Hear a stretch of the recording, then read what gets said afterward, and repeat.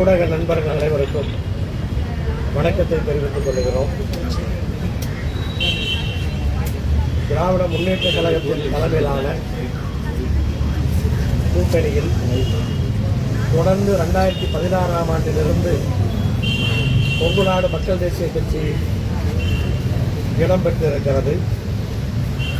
வருகிற சட்டமன்ற தேர்தலிலும் கூட்டணியிலே இருந்து போட்டியிடுகிறோம் என்பதை நாங்கள் உறுதி செய்திருக்கின்றோம். திராவிட முன்னேற்ற கழகம் அமைத்திருக்கின்ற தொகுதி பங்கீட்டு குழுவோடு எங்களுடைய தொகுதி பங்கீட்டு குழு பேச்சுவார்த்தை நடத்தியது.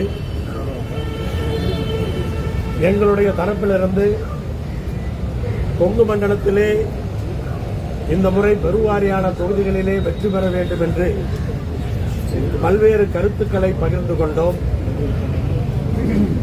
திராவிட முன்னேற்ற கழகத்தினுடைய தொகுதி பங்கீட்டு குழு இந்த தேர்தலிலே இப்போது இருக்கிற சூழ்நிலைகளை எடுத்துச் சொன்னார்கள்.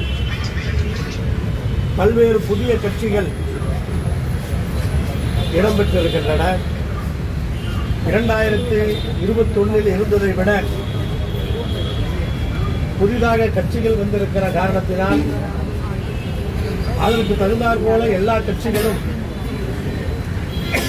தொகுதிகளை முடிந்த அளவு குறைத்துக் கொள்ள வேண்டும் என்ற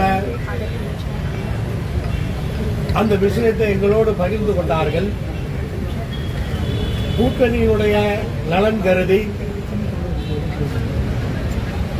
தமிழ்நாட்டிலே நல்லதொரு ஆட்சி அமைக்க வேண்டும், தேர்தலிலே மிகப்பெரிய வெற்றியை பெற வேண்டும் என்ற நல்ல நோக்கத்திலே பேச்சுவார்த்தைகள் சுமூகமாக முடிந்து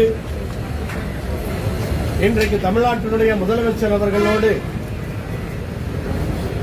கடைசி கட்ட சுமூகமான உரையாடலை நடத்தி கொங்கு நாடு மக்கள் தேசிய கட்சிக்கு 2 சட்டமன்ற தொகுதிகளை ஒதுக்குவது என்று தீர்மானிக்கப்பட்டு நானும் தமிழ்நாட்டினுடைய முதலமைச்சர் அவர்களும் தொகுதி உடன்பாட்டிலே கையெழுத்திட்டிருக்கிறோம். அந்த 2 தொகுதிகளிலும் உதயசூரியன் சின்னத்திலே போட்டியிடுவது என்றும் ஒப்புக்கொண்டிருக்கிறோம்.